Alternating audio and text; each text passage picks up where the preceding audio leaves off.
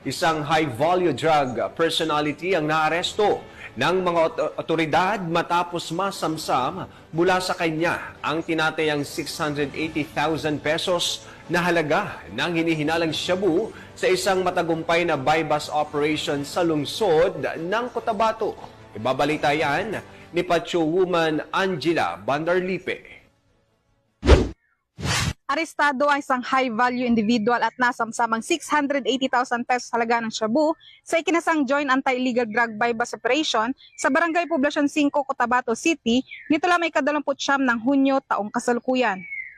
Kinilala ni Police Brigadier General Jason C. D. Guzman, Regional Director ng PRO BAR, ang naarestong suspect na si alias Pudi, 34 anyos at residente ng Purok Milan Rosary Heights 13 ng nasabing lungsod.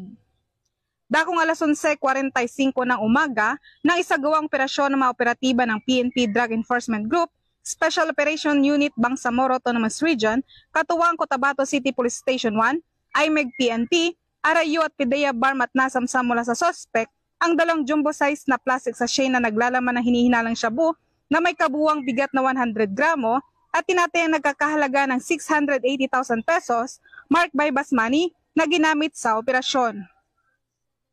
Nasa kustodiya na ngayon ng PNP Drug Enforcement Group, Special Operation Unit BAR ang suspect at nakatakdang sampahan ng kasong paglabag sa ilalim ng Republic Act 9165 o ang Comprehensive Dangerous Drugs Act of 2002.